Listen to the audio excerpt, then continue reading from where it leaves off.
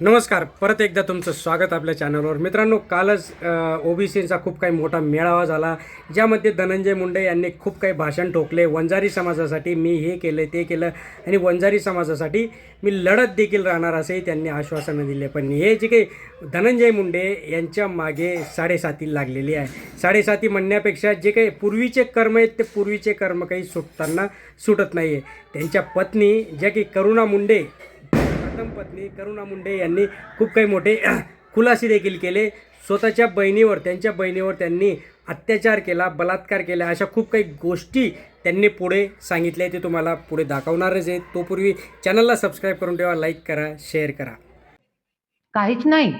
तुम्ही नाचणारी गाणारी महिलांना तुम्ही 20-20 कोटीचे डान्सिंग स्टुडिओ करून दिलेले आहे आणि कारखान्यामध्ये तुम्ही ज्यांनी मुंडे साहेबांवरती विश्वास ठेवून आपले समाजांचे लोक ज्यांनी कारखान्यामध्ये जमीन दिली त्याचे तुम्ही खाऊन ठेवली आणि तुम्ही समाजाची गोष्ट करता, मोठं मोठं ओरडून भाषण करताय. कशाला?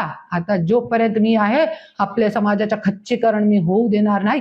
हीच आज राजकारणमध्ये जे वारसा असते ना ते विचारांचे असते, जे मी घेऊन चालते.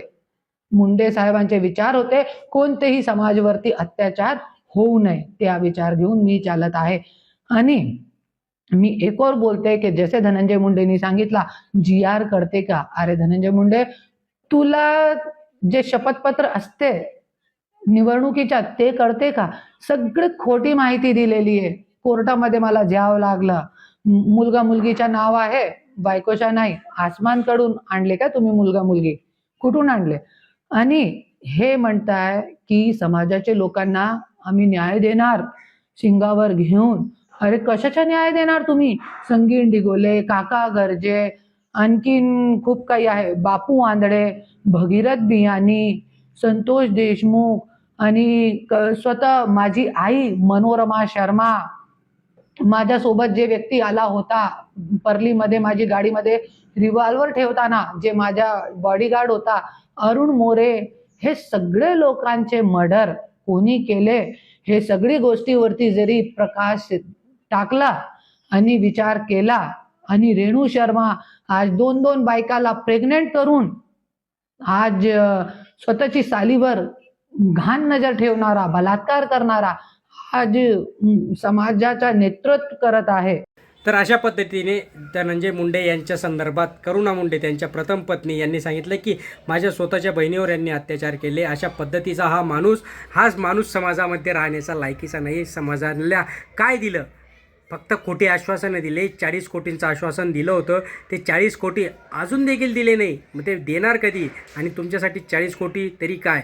प्रॉपर्टीमध्ये मुलं, माझे पोटचे मुलं, त्यांचं नाव तू लावतो आणि माझं नाव लावत नाही. मग ते काही आकाशातनं पडले का? हा प्रश्न जो काही पडलेला आहे करुणा मुंडेंना, तो अगदी जेन्युइन आहे. सो अशा पद्धतीने हे जे काही राजकारणी आहेत, हे राजकारणी खूप काही गलिच्छ प्रकारचं राजकारण करत असतात.